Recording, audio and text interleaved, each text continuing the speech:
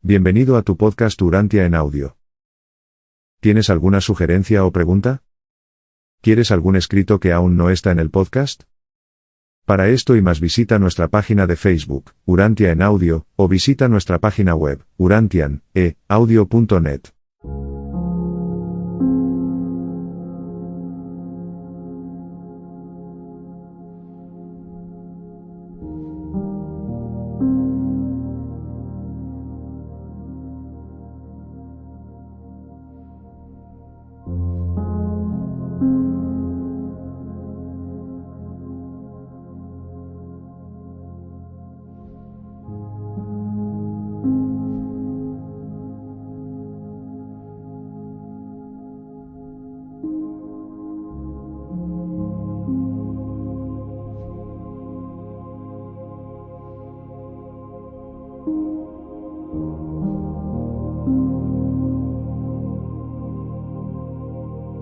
Escrito 141. Inicio de la labor pública.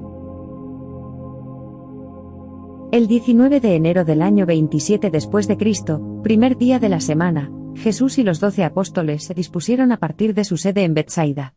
Los 12 desconocían los planes de su maestro, salvo que subirían a Jerusalén para asistir a la fiesta de la Pascua en abril, y que la intención era viajar cruzando el valle del Jordán.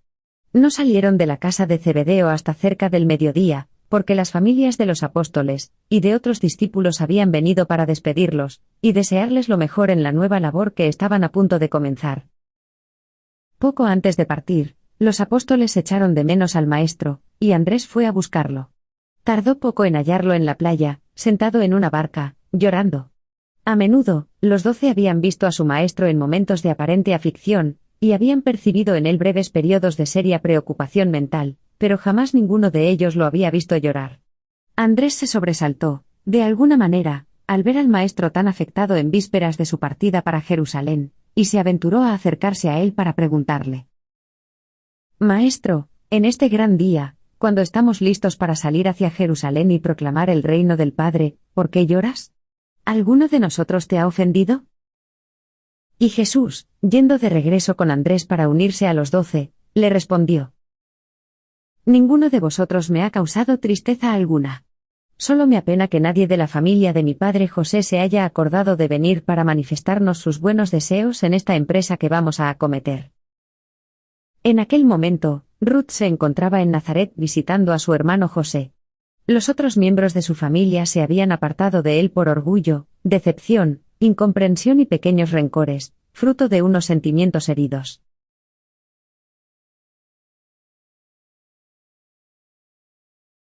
¡1! Salida desde Galilea. Cafarnaúm no estaba lejos de Tiberias, y la fama de Jesús había empezado a extenderse por toda Galilea, e incluso por lugares más apartados. Jesús sabía que Herodes pronto prestaría atención a su labor, así que pensó que sería mejor viajar al sur y adentrarse en Judea con sus apóstoles. Un grupo de más de 100 creyentes pretendían ir con ellos, pero Jesús les habló y les pidió que no acompañaran al grupo apostólico en su ruta a lo largo del valle del Jordán. Aunque accedieron a quedarse atrás, muchos de ellos seguirían al Maestro unos días más tarde. El primer día, Jesús y los apóstoles llegaron únicamente hasta Tariquea, donde pasaron la noche.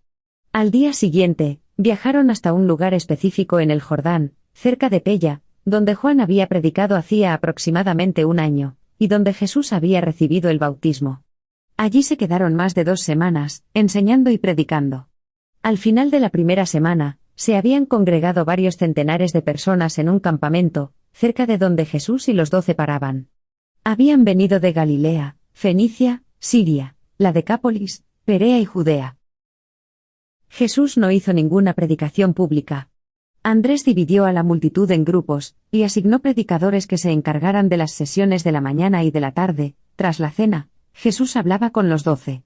No les enseñaba nada nuevo, sino que repasaba sus anteriores enseñanzas y contestaba a sus numerosas preguntas. Una de esas noches, les hizo algún comentario a los 12 sobre los 40 días que había pasado en las colinas, cerca de allí. Juan había bautizado a muchos de los que venían de Perea y Judea y estaban interesados en saber más de las enseñanzas de Jesús.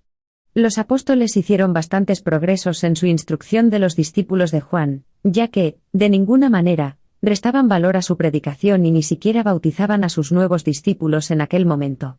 Pero siempre resultaba un obstáculo para los seguidores de Juan el hecho de que si Jesús era todo lo que Juan había anunciado, no hubiese hecho nada por sacarlo de la cárcel.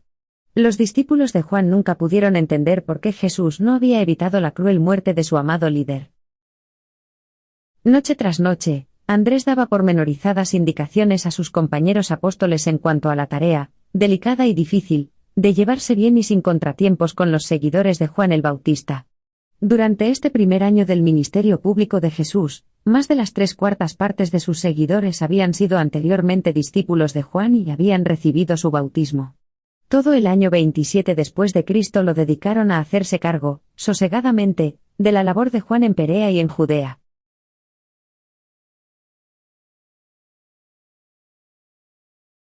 2.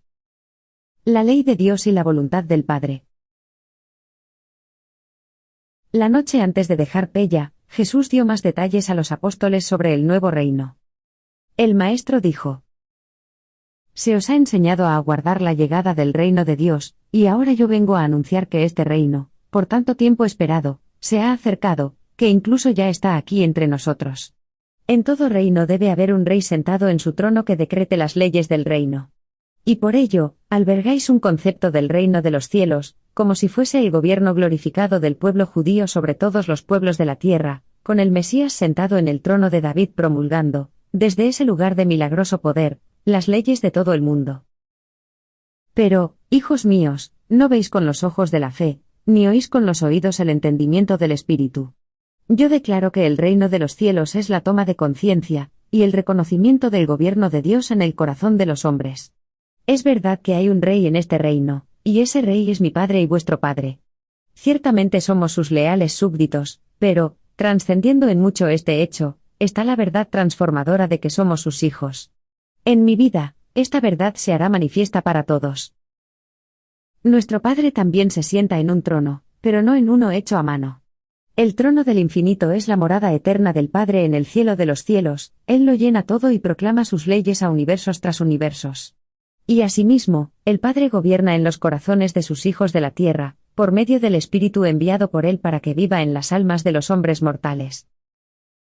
Cuando sois súbditos de este reino, habréis de oír de hecho la ley del gobernante del universo, pero cuando, debido al Evangelio del reino que yo he venido a anunciar, descubrís vosotros mismos por la fe que sois hijos de Dios, no os veréis desde ese momento como criaturas sujetas a la ley de un Rey todopoderoso, sino como hijos privilegiados de un Padre amoroso y divino. De cierto os digo, que cuando la voluntad del Padre es vuestra ley, difícilmente estáis en el reino. Pero cuando la voluntad del Padre se vuelve realmente vuestra voluntad, estaréis entonces de verdad en el reino, porque el reino se ha convertido, pues, en una experiencia arraigada en vosotros. Cuando la voluntad de Dios es vuestra ley, sois nobles súbditos esclavos, pero cuando creéis en este nuevo evangelio de la filiación divina, la voluntad de mi Padre se hace vuestra voluntad, y se os eleva a la alta posición de hijos libres de Dios, de hijos liberados del reino. Algunos de los apóstoles lograron entender algún aspecto de esta enseñanza, pero ninguno de ellos comprendió por completo el significado de tal extraordinaria aseveración, a no ser que fuera Santiago Zebedeo. Sin bien, estas palabras penetraron en sus corazones, y se manifestarían para alegrar su ministerio durante su servicio en años posteriores.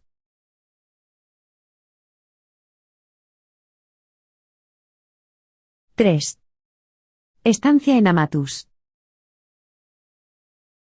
El Maestro y sus apóstoles se quedaron casi 3 semanas cerca de Amatus.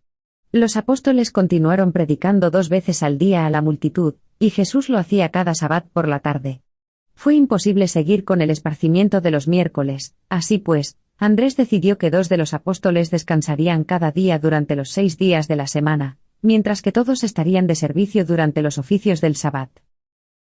Pedro, Santiago y Juan realizaban la mayor parte de la predicación pública. Felipe, Natanael, Tomás y Simón llevaban a cabo gran parte de la labor personal, y daban clases a determinados grupos de personas que habían mostrado su interés. Los gemelos continuaron con su cargo de mantener el orden general de las muchedumbres, mientras que Andrés, Mateo y Judas formaron, entre los tres, una comisión gestora de asuntos generales, aunque cada cual efectuaba también una considerable labor religiosa. Andrés estaba bastante ocupado con la tarea de resolver los constantes malentendidos y desacuerdos que surgían entre los discípulos de Juan y los discípulos más recientes de Jesús.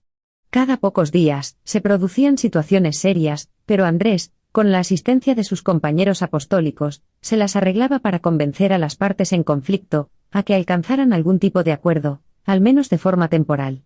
Jesús se negaba a participar en estas charlas, tampoco daba consejo alguno sobre la mejor manera de solucionar tales dificultades. Nunca quiso ofrecer ni una sola recomendación sobre cómo zanjar aquellos desconcertantes problemas. Cuando Andrés acudía a Jesús con estas cuestiones, él siempre decía: no es aconsejable que el anfitrión participe en las querellas familiares de sus invitados, un padre prudente nunca toma posiciones en las insignificantes disputas de sus hijos. El maestro daba muestras de una gran sabiduría, y de una perfecta ecuanimidad en su trato con sus apóstoles y con todos sus discípulos. Jesús era en verdad un preceptor de hombres, ejercía una notable influencia sobre sus semejantes humanos debido a que, como persona, combinaba encanto y fuerza. Se evidenciaba una sutil autoridad en su vida ruda, nómada y sin hogar. Había una fascinación intelectual y una fuerza de atracción espiritual en su modo fidedigno de enseñar, en su lógica lúcida, en la fuerza de su razonamiento, en su sagaz percepción, en su agudeza de mente, en su incomparable porte y en su sublime tolerancia. Era sencillo, masculino, honesto y valeroso. Junto a toda esta influencia física e intelectual, que se ponía de manifiesto en la presencia del Maestro, había también esos encantos espirituales de la naturaleza de Jesús que se ha relacionado como parte de su persona: paciencia, ternura, mansedumbre, benignidad y humildad. Jesús de Nazaret era, de hecho, una persona fuerte y vigorosa, era potestad intelectual y bastión espiritual.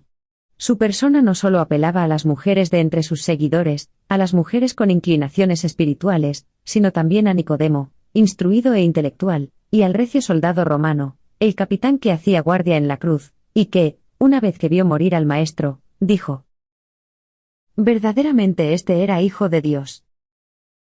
Y los temperamentales y rudos pescadores galileos lo llamaban Maestro. Las imágenes de Jesús han sido muy de lamentar. Estas pinturas de Cristo han ejercido una perniciosa influencia sobre la juventud. Los mercaderes del templo habrían difícilmente huido ante él si hubiese sido el hombre que vuestros artistas han representado habitualmente. Tenía una dignificante masculinidad, era bueno, pero natural. Jesús no aparentaba ser un místico apacible, tierno, amable y cordial. Su forma de enseñar era apasionadamente dinámica. No solamente intentaba hacer el bien, sino que realmente anduvo haciendo bienes.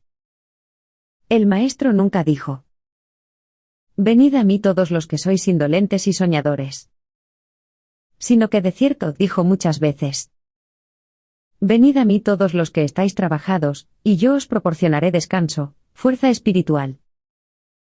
El yugo del Maestro es en verdad fácil, pero, incluso así, nunca lo impone, cada cual debe tomar ese yugo por su propia voluntad. Jesús describió la conquista mediante el sacrificio del orgullo y del egoísmo. Al manifestar misericordia, Él quiso mostrar la liberación espiritual de todos los rencores, los agravios, la ira y el egoísmo de las ansias de poder y venganza. Y cuando dijo: no confrontéis el mal, explicó después que no quería decir que se tolerara el pecado ni que se confraternizara con la iniquidad.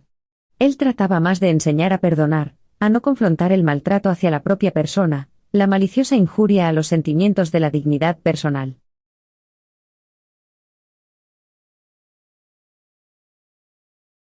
⁴. Enseñanza sobre el Padre. Mientras estaban en Amatus, Jesús pasó bastante tiempo con los apóstoles instruyéndolos en el nuevo concepto de Dios. Repetidas veces les recalcó que Dios es un Padre, y no un supremo tenedor de libros que se dedicara exclusivamente a anotar las acciones negativas de sus errados hijos de la tierra, a hacer un registro de pecados y maldad para usarlos contra ellos, cuando más tarde el justo juez de toda la creación los juzgara. Desde mucho tiempo atrás, los judíos habían concebido a Dios como el Rey de todos, incluso como el Padre de la nación, pero nunca antes un número tan grande de mortales había albergado la idea de Dios como el Padre amoroso de cada una de las personas. Como respuesta a la pregunta de Tomás de ¿quién es este Dios del reino?, Jesús contestó: Dios es tu Padre, y la religión, mi evangelio, no es sino el leal reconocimiento de la verdad de que tú eres su Hijo. Y estoy aquí entre vosotros en la carne para hacer patente en mi vida, y en mis enseñanzas estas dos ideas. Igualmente, Jesús procuró liberar las mentes de sus apóstoles de la idea de ofrecer sacrificios de animales como obligación religiosa. Pero estos hombres, educados en la religión del sacrificio diario, tardaron en comprender lo que él quería decir. No obstante, el Maestro no se cansaba de impartirles sus enseñanzas.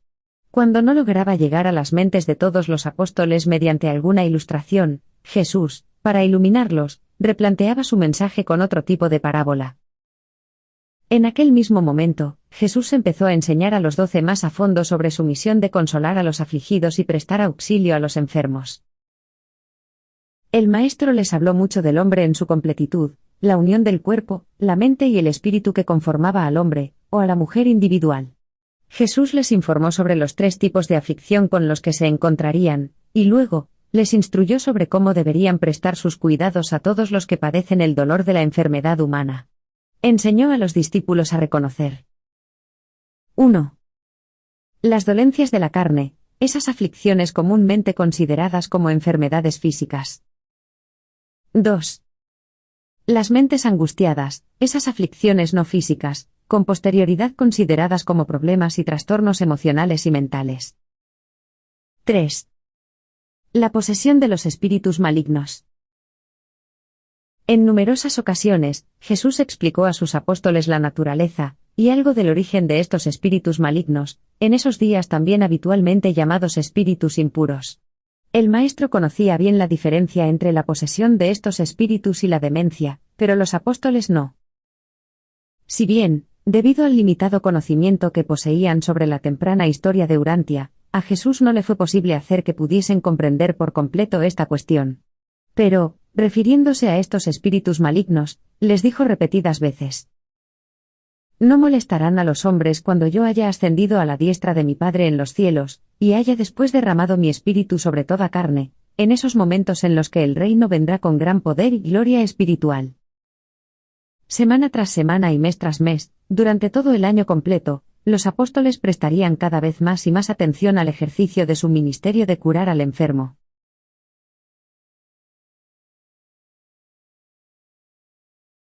5. La unidad espiritual. Una de las charlas nocturnas más cruciales de las ocurridas en Amathus fue la relacionada con el estudio de la unidad espiritual.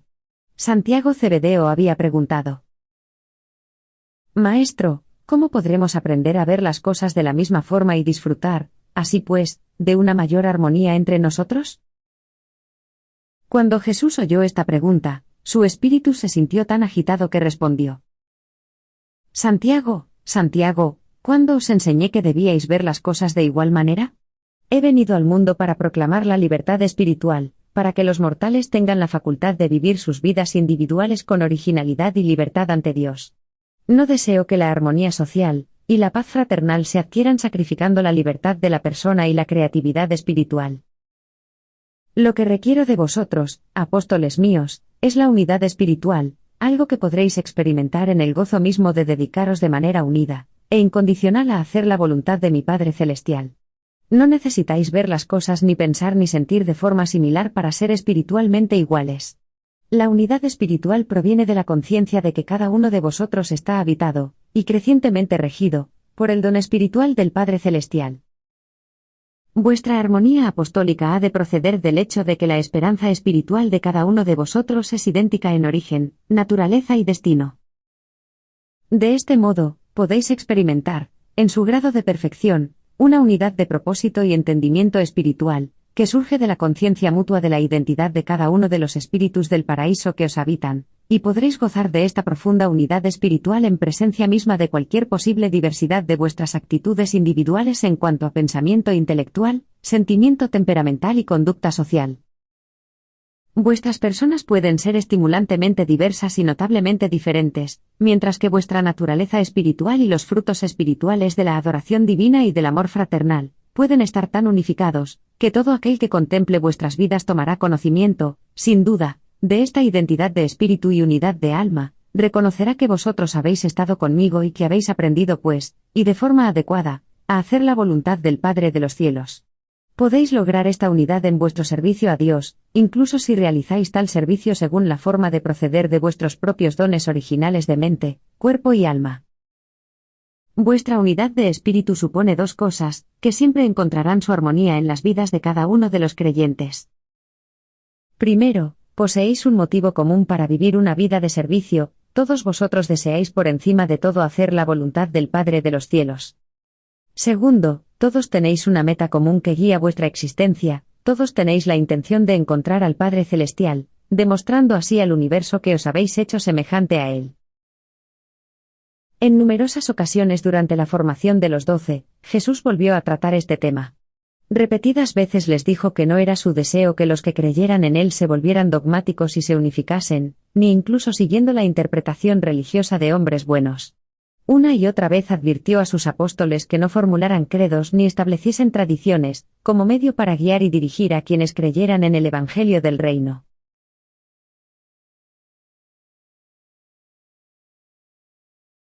¡6! La última semana en Amatus. Casi al final de la última semana en Amatus, Simón Zelotes llevó a Jesús a un cierto Teerma, un persa que se encontraba haciendo negocios en Damasco. Teerma había oído hablar de Jesús y había venido a Cafarnaúm para verlo, y cuando supo allí que Jesús se había ido con sus apóstoles camino de Jerusalén por el valle del Jordán, se dispuso a buscarlo. Andrés se lo había presentado a Simón para que lo instruyera. Simón consideraba al persa un adorador del fuego, aunque Teerma no escatimó esfuerzos para explicarles que el fuego era solamente un símbolo visible del uno puro y santo. Tras hablar con Jesús, el persa manifestó su intención de quedarse con ellos varios días para oír las enseñanzas y atender la predicación. Cuando Simón Zelotes y Jesús estuvieron solos, Simón preguntó al maestro: ¿Cómo es que yo no pude persuadirlo? ¿Por qué me opuso a mi resistencia, y te prestó atención a ti con tanta prontitud? Jesús respondió: Simón, Simón, ¿cuántas veces te he instruido a que te refrenes de cualquier intento por quitar algo del corazón de los que buscan la salvación? ¿Cuántas veces te he dicho que te esfuerces por añadir algo en estas almas hambrientas? Guía a los hombres hasta el reino, y sus verdades, grandes y vivas, disiparán pronto cualquier grave error. Cuando hayas presentado al hombre mortal la buena nueva de que Dios es su Padre, podrás, con mayor facilidad, persuadirlo de que Él es realmente un Hijo de Dios. Y habiendo hecho eso, habrás llevado la luz de la salvación al que yace en la oscuridad. Simón, cuando el Hijo del Hombre vino primero a ti, lo hizo denunciando a Moisés y a los profetas, y proclamando un modo de vivir nuevo y mejor. No. Yo no vine para despojarte de lo que habías recibido de tus antecesores, sino para mostrarte la visión en perfección de lo que ellos solo percibieron en parte.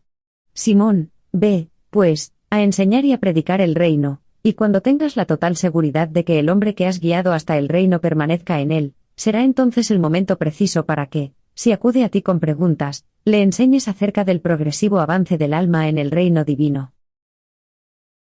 Simón quedó impresionado con estas palabras, pero hizo lo que Jesús le había indicado, y Teerma, el persa, se contó entre aquellos que entraron al reino. Aquella noche Jesús disertó para los apóstoles sobre la nueva vida en el reino. Dijo en parte: Cuando entráis en el reino, renacéis. No podéis enseñar las cosas profundas del Espíritu a aquellos que han nacido solamente de la carne. En primer lugar, aseguraos de que los hombres han nacido del Espíritu, antes de intentar instruirlos en los caminos superiores del Espíritu. No pretendáis mostrar a los hombres las bellezas del templo antes de haberlos llevado primeramente a su interior. Presentad los hombres a Dios, y como hijos de Dios, antes de platicarles sobre las doctrinas de la paternidad de Dios y de la filiación de los hombres. No contendáis con ellos, sed pacientes siempre. El reino no es vuestro, tan solo sois sus embajadores. Sencillamente, salid a proclamar. Este es el reino de los cielos, Dios es vuestro Padre y vosotros sois sus hijos, y si creéis incondicionalmente, esta buena nueva será vuestra salvación eterna. Los apóstoles realizaron grandes avances durante su estancia en Amatus. Pero les decepcionó mucho que Jesús no les diera recomendaciones sobre cómo tratar con los discípulos de Juan.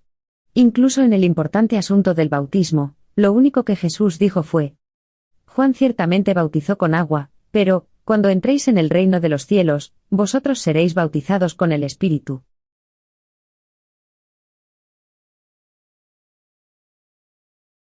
¡7!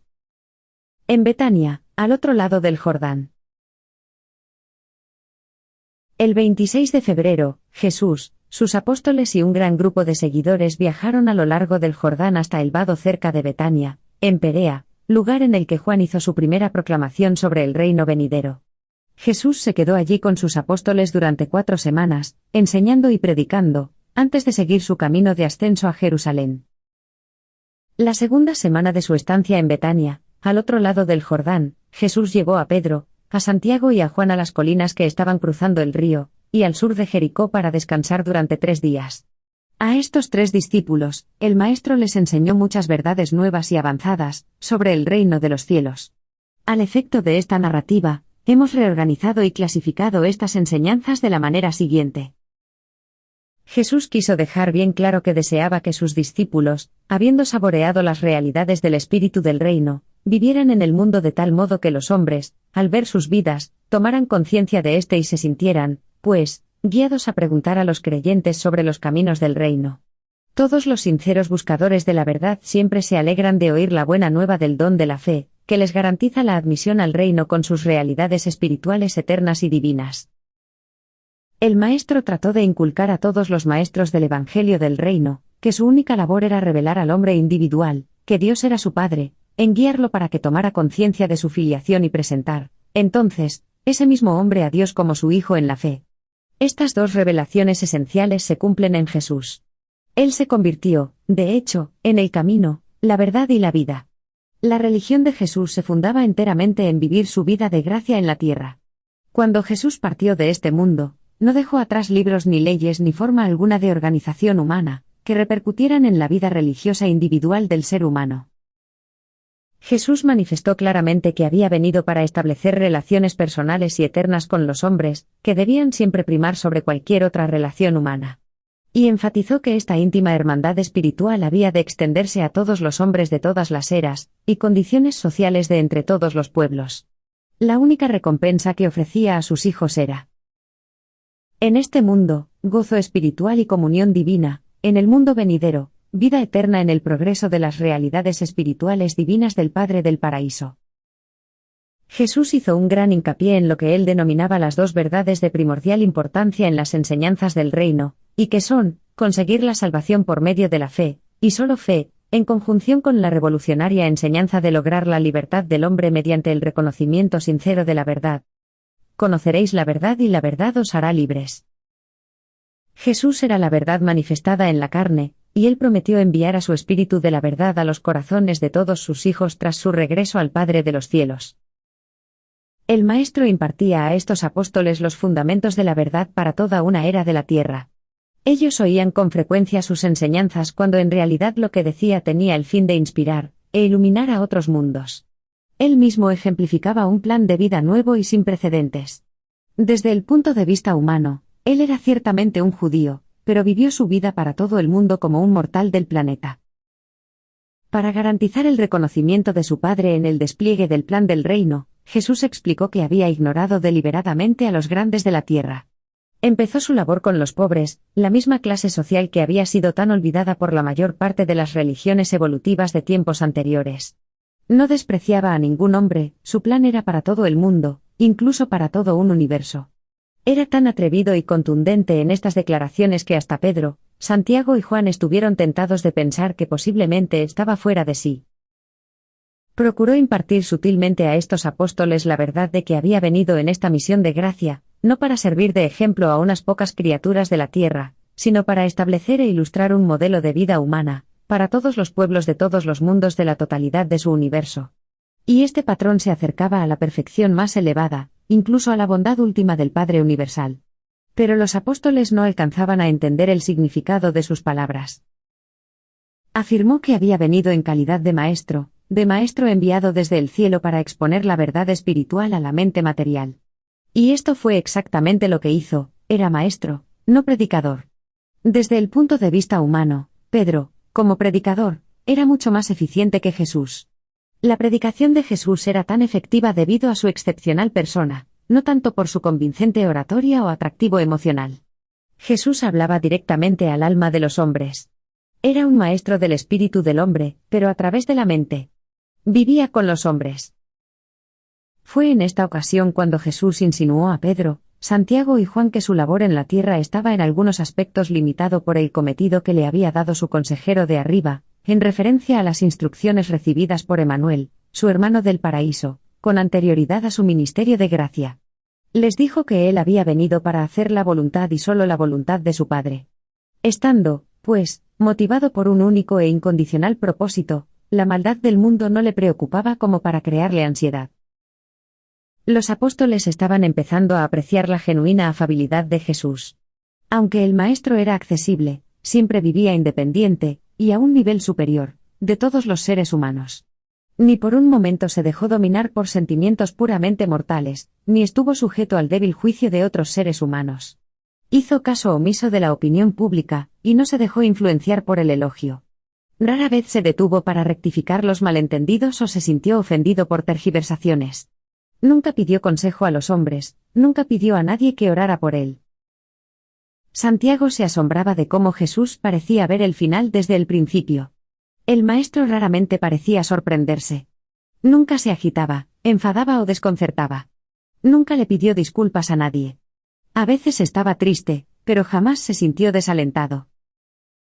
Juan observó con gran nitidez que Jesús, a pesar de todos sus atributos divinos era, al fin y al cabo, humano. Jesús vivió como un hombre entre los hombres y entendía y amaba a los hombres, y sabía cómo guiarlos. En su vida personal, él era tan humano, y no obstante, tan intachable. Y careció siempre de todo egoísmo. Aunque Pedro, Santiago y Juan no fueron capaces de entender suficientemente todo lo que Jesús dijo en esta ocasión, sus afables palabras perduraron en sus corazones, y tras la crucifixión y resurrección, brotaron generosamente en su memoria para enriquecer y alegrar su futuro ministerio. No es de extrañar que estos apóstoles no comprendieran por completo las palabras del Maestro, porque les estaba trazando el plan de una nueva era.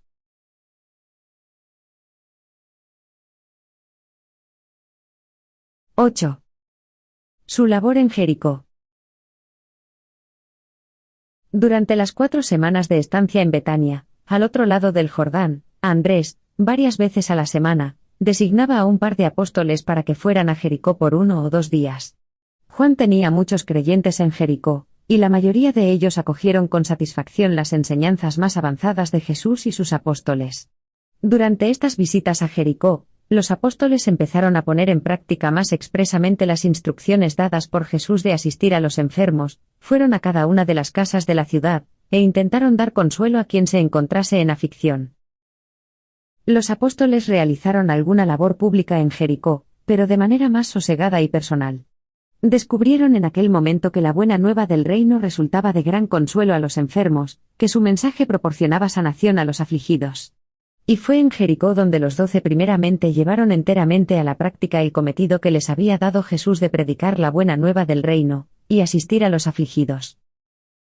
En el camino de su vida a Jerusalén, se detuvieron en Jericó, ciudad en la que les alcanzó un grupo de personas llegadas de Mesopotamia, para consultar con Jesús sobre sus enseñanzas. Los apóstoles tenían planeado estar allí solamente un día, pero, al llegar estos buscadores de la verdad de Oriente, Jesús permaneció con ellos 3 días. Y todos regresaron a sus diferentes hogares a lo largo del Éufrates, gozosos en el conocimiento de las nuevas verdades del reino de los cielos.